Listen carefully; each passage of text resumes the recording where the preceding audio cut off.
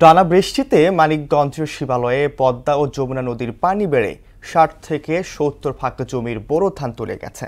পানি নিষ্কাশনের অভাবে আবাদ ক্ষতিগ্রস্ত হওয়ায় ক্ষতির মুখে কৃষকরা। সাধন সূত্রধরের প্রতিবেদন জানাচ্ছেন সিফাতুর রহমান জেসি। মানিকগঞ্জের শিবালয়ের বড় আনুলিয়া, বোয়ালিপাড়া, তেতুলিয়া সহ বেশ কয়েকটি প্রজেক্টের আবাদকৃত প্রায় ২০০ বিঘা নিচু জমির কাঁচা এবং আধা পাকা বোরো ধান পানিতে তলিয়ে নষ্ট হয়ে গেছে। এতে বড় রকমের ক্ষতির মুখে কৃষকরা।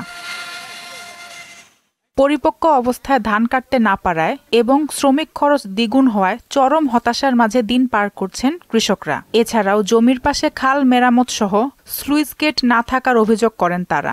এই বছরের যত ধান সব ধান পানির নিচে, ধানগুলো দেখেন সব পচে গেছে। পাশে বাঁধ দিছে, বৃষ্টির পানি এসে আমরা তলায় গেছি। অন্য সাইডে বাঁধ দিছে, আমাদের সাইডে পানি বেরোনোর রাস্তা নাই।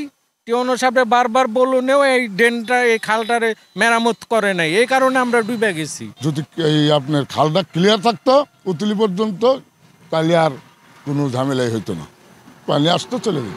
নদীর পানি এবং বৃষ্টির পানি এসে সব তলায় গেছে, আধা পাকা এবং কাঁচা ধান কাটা লাগতেছে। ৩-৪টা বাঁধ দিছে, বাঁধের কারণে অতিরিক্ত বৃষ্টি হয়েছে, বৃষ্টির কারণে সব ধান তলিয়ে গেছে। পানি উন্নয়ন বোর্ড এবং স্থানীয় প্রশাসনের সহায়তায় দ্রুত এই খাল মেরামত করে জলাবদ্ধতা দূর করার আশ্বাস দেন এই কৃষিবিদ।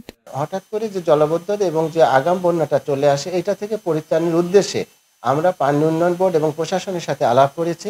পার্শ্ববর্তী যে খালটা রয়ে গেছে মহাসড়কের পাশে, এই খালটা পুনঃসংস্কার করে সুন্দরভাবে যদি আমরা পার্শ্ববর্তী ইসামতি নদীতে একটি সংযোগ স্থাপন করতে পারি, তাহলে ভবিষ্যতে ওই এলাকার জলাবদ্ধতা কিছুটা দূর হবে। শ্রমিক খরচ দ্বিগুণ হওয়ায় বাকি ধানগুলো ঠিকমতো ঘরে তুলতে পারবেন কিনা তা নিয়েও দুশ্চিন্তায় রয়েছেন এই অঞ্চলের কৃষকরা। সিফাতুর রহমান জেসি, মোহনা সংবাদ।